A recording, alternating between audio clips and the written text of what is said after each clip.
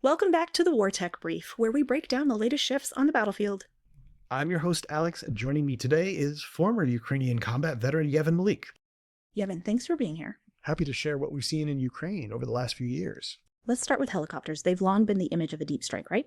Absolutely. A helicopter raid can swing a battle by seizing bridges or command posts overnight. But those missions cost a fortune. $20 to $40 million each, and need dozens of aircraft and hundreds of troops. Not to mention the risk from modern air defenses. Manpads, radar-guided guns can wipe out a third of the fleet if you're not careful. So what's the alternative? Drones, apparently. Yes, drones have taken on a new role called mining. They drop cheap anti-vehicle mines and small bombs into enemy rear areas. How does that work in practice? A handful of quadcopters or larger UAVs can deliver a 3 kg payload onto a road, bridge, or choke point up to 20 kilometers behind the front line. And the cost?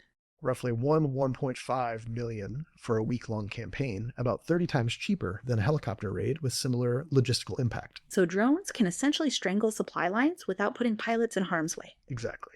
Each detonation stops a convoy, forces reroutes, and drains engineering resources trying to clear mines. It's like squeezing the enemy out of their own logistics network over time. Thus the doctrinal shift. Helicopters deliver instant shock. Drones create persistent disruption.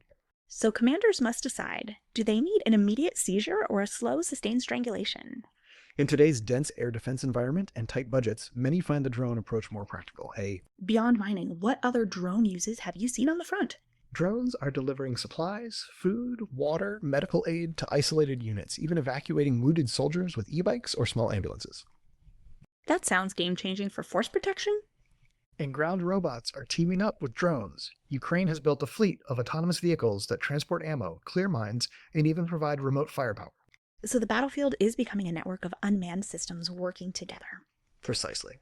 Drones, robots, and advanced logistics tools are redefining how we fight. Even helicopters still have their place for capturing key terrain, but drones are increasingly the default tool for deep disruption.